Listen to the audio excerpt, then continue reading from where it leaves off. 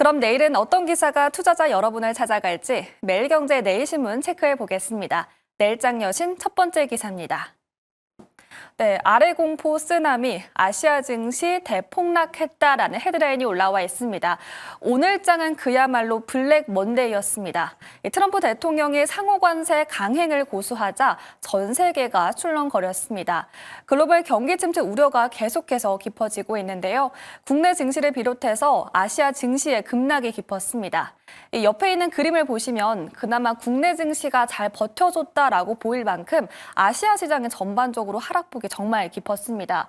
우리 코스피는 5.57% 하락하면서 8개월 만에 사이드카가 발동되기도 했습니다. 일본의 니케이는 7.83% 급락했고 중국 상하이 종합지수도 4.46% 떨어졌습니다. 항생지수는 13% 넘게 하락하면서 역대 5위의 하락폭을 기록하기도 했습니다. 지난주에 관세 쇼크에도 그나마 버텨주던 한중 증시가 오늘은 유독 하락폭이 컸는데요. 중국 정부가 미국으로부터의 모든 수입품에 34% 추가 관세를 부과하겠다고 밝히면서 미중 간의 관세 전쟁 우려감이 올라온 탓입니다. 더불어서 파월 의장이 금리 인상에 대해서 부정적인 발언을 하면서 패닉셀이 이어졌습니다. 이에 안전자산 선호 심리가 커지면서 원화값이 떨어지는 등 블랙 먼데이를 보낸 우리 증시였는데요. 이에 대한 부분 김태훈 매니저와 얘기 나눠보도록 하겠습니다. 매니저님 안녕하세요. 네, 안녕하세요. 네, 오늘 정말 모두가 힘든 하루를 보낸 것 같습니다. 트럼프 입에 따라서 시장이 계속 출렁이고 있는데요. 오늘 아시아 증시가 크게 폭락을 보였습니다. 이런 시장 안에서 지금이 바닥이라고 보고 저가 매수를 해도 괜찮을지 아니면 계속해서 이 관세 협상을 지켜봐야 할지 지금 이 시점에서 대응 전략 어떻게 세워보면 좋을까요? 네, 먼저 저는 지금과 같은 변동성 확대 장세에서 이제 투매에 동참하는 거는 좀 현실적으로 좀 비효율적이다 여전히 보고 있는 상황입니다. 네. 물론 이 관세와 관련해가지고 우리가 좀 기대했었던 부분들, 협상에 대한 여지가 좀 열려 있다라는 부분들이 계속해서 기대를 하고 있는 상황이지만 사실 지금과 같은 시장에서 이런 심리적으로도 이런 S&P 500의 Fear and Greed Index라는 이 공포 탐욕 지수도 거의 최바닥 구간에 좀 있는 상황입니다. 물론 지금의 변동성을 이겨내기에는 누구나 다 쉽지 않은 상황이겠지만 사실 이미 시장을 며칠 연속 두들겨 맞은 상황에서는 손실을 좀 확정하는 거는 조금은 신중해야 되지 않을까라고 보고 있는 상황이고요. 국내 쪽 같은 경우에는 그래도 다른 주변 아시아 증시나 글로벌 증시 대비해서는 좀 버텨주고 있다라는 부분들은 그래도 좀 불행 중 다행이지 않을까 이렇게 보고 있는 상황입니다. 특히나 이제 지난주 금요일에 이 파월 의장의 금리 인하에 대한 좀 기대감이 좀 언급을 해줬으면 좋겠다라는 시장의 기대치가 좀 있었었는데 네. 여전히 파월하고 트럼프하고 뭔가 밀당을 좀 하고 있습니다. 그래서 네. 좀 시장에서 기대했었던 연준 풋 또는 연준 풋에 대한 기대감 자체가 이제 없다 보니까 다시 한번 변동성을 키우는 상황이지만 아무튼 간에 제가 봤었을 때 지금은 투매에 동참하기보다는 오히려 밸류에이션 측면상에서는 어느 정도 이제 과매도 구간까지 좀 들어갔다. 그럼 결국에 변동성 조금만 이겨내면은 협상에 대한 부분들이 지금 최악을 지나가고 있기 때문에 이거와 관련된 부분들이 이번 주 빠르면 이번 주나 아니면 다음 주부터 그래도 조금이나마 완화되지 않을까 저는 그렇게 보고 있는 상황입니다.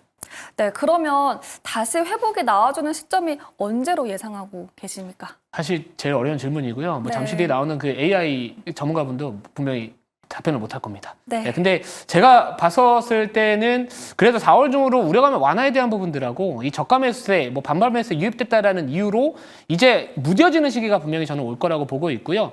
최근 이 트럼프 대통령에 대한 이런 미국 국민들의 이 관세와 관련된 그 정책에 대한 불신이나 좀 약간 불만들이 상당히 많이 올라오고 있는 상황입니다. 그래서 공화당 일부 의원들도 그 정책에 대해서는 약간 조금 속도 조절 필요하지 않나 그런 이야기들이 나와주고 있는 만큼 시기적인 부분들을 지금 당장 바닥이다 이렇게 말씀드리기는 당연히 어렵겠지만 그래도 저는 4월 중으로는 어느 정도 한번 기술적 반등 또는 이 저가 매수 유입이다라는 이유로 한 번 정도의 반등이 나올 것 같다라는 보고이기 때문에 그때 가서 포트 조절을 하더라도 그때 가서 하자라는 말씀이거든요. 네. 그래서 우선 지금 당장은 이런 하락세의 투매에 좀 동참하기보다는 추후에 한번 이 저가 매수 유입이 됐었을 때 반등이 나왔을 때 그때 한번 포트폴리오 리밸런싱을 한번 조절하시는 게 좋겠다 이렇게 말씀드리도록 하겠습니다. 네, 지금 당장 투매를 하기보다는 4월 중으로 회복의 시그널이 나온다면 그때 다시 포트폴리오 재편을 해보자라는 의견을 주셨으니까요. 참고해 보시기 바라겠습니다.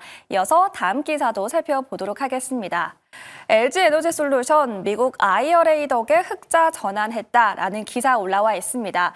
LG에너지솔루션의 1분기 영업이익이 3천억 원대를 기록하면서 흑자 전환에 성공했습니다. 1분기 매출은 6조 2,650억 원, 영업이익은 3,747억 원을 기록했다고 밝혔는데요. 매출액은 2.2% 증가했고 영업이익은 130% 급증했습니다. 이번 실적 개선의 배경에는 미국 인플레이션 감축법에 따른 세제 혜택과 환율 변동성에 의한 환차익이 영향을 미쳤습니다. 이로 인해서 4,577억 원의 수혜를 받았는데요. 문제는 트럼프 대통령의 상호관세 여파가 2분기부터 본격적으로 반영된다는 점입니다. 또한 IRA 폐지 여부도 아직 큰 변수로 남아 있습니다. LG에너지솔루션 관계자는 이에 대해서 대응 전략을 고심하고 있다면서 미국발 정책 리스크가 해소되기 전까지는 시장을 신중하게 바라볼 수 없다라고 밝혔습니다. 이에 대한 부분 김태현 매니저와 얘기 나눠보도록 하겠습니다. 매니저님. 네. 이렇게 LG에너지솔루션이 흑자 전환에 성공했다라는 기사를 살펴봤습니다.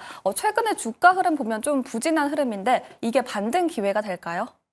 사실 지금 상황에서 이 종목이 주가가 탄력적으로 좀 붙으려면은 시장 리스크에 대한 부분들 자체가 우선은 선별적으로 완화가 되어야 된다. 이 전제 조건이 필요하다라고 보고 있고요.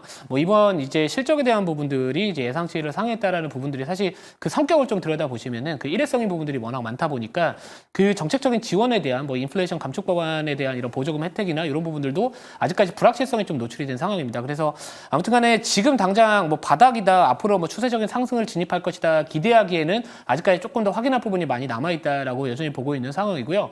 특히나 최근에 댄 아이브스의 그 테슬라에 대한 목표 주가 또 하향했다라는 이야기들도 나와주고 있는 만큼 전체적인 이 관세 이슈로 인해서 앞으로 소비가 좀 감소하게 된다면 이 전기차 판매도 좀 둔화되지 않을까라는 이슈가 여전히 좀 따라붙고 있는 상황입니다. 그래서 지금 당장 이 바닥이다 이렇게 생각하시기보다는 그래도 오늘 좀 주가 다른 기업들 대비해서 좀 버텨줬다라는 부분들을 그냥 긍정적으로 바라봐야 될 뿐이지 지금 당장 우리가 추가 매수를 하거나 그럴 업황이나 전반적인 분위기는 아니라고 보고 있고요.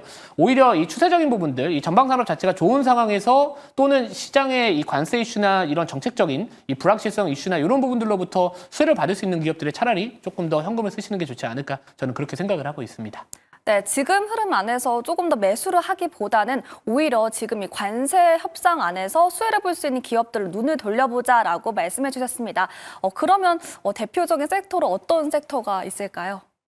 네, 지금 상황에서 사실 어떤 섹터에 대해서 막 딱 집어서 들어가시기보다는 우선은 지금 시장의 좀 결을 먼저 파악을 하시는 게 중요할 것 같아요. 지금 네. 같은 경우에는 당연히 국내 쪽에서 좀 모멘텀이 붙을 수 있는 정책주들이나 또는 인맥주들, 사실 근데 인맥주들 같은 경우에는 좀 약간 리스크 관리가 철저하게 필요할 것 같고 사실 그런 섹터나 테마군들의 좀 어떻게 보면 약간 현금 비중을 많이 태웠으면 좀 없다고 보고 있거든요. 그래서 제가 봤을 때 차라리 추후에 좀 눌렸을 때는 제약바이오 기업들 중에서 그래도 저는 좀 싼 기업들, ABL바이오 같은 경우에도 오늘 그 GSK 쪽 관련된 기술 이전 기대감 때문에 상한가를 갔듯이 이 전반적인 이 기대감, 5월달, 4월달 여전히 학회 일정에 대한 모멘텀 아직까지 살아있다라고 보고 있기 때문에 또 나름대로 경기 둔화 또는 경기 침체와 좀 무관하게 움직일 수 있는 업종 내에서 이 바이오 섹터 내에서 선별적으로 잘 접근해 보시면 차라리 낫지 않을까 저는 그렇게 보고 있는 상황입니다. 네, 이런 흐름 안에서 이 관세와 무관한 종목 그 안에서도 제약 바이오 섹터를 눈여겨보자라고 말씀해 주셨습니다. 이렇게 김태훈 매니저 인사이트 만나봤습니다. 내일장 신문도 미리 읽어봤고요. 이어지는 주주총회에서 내일장을 대비하기 위한 종목도 확인해 보겠습니다.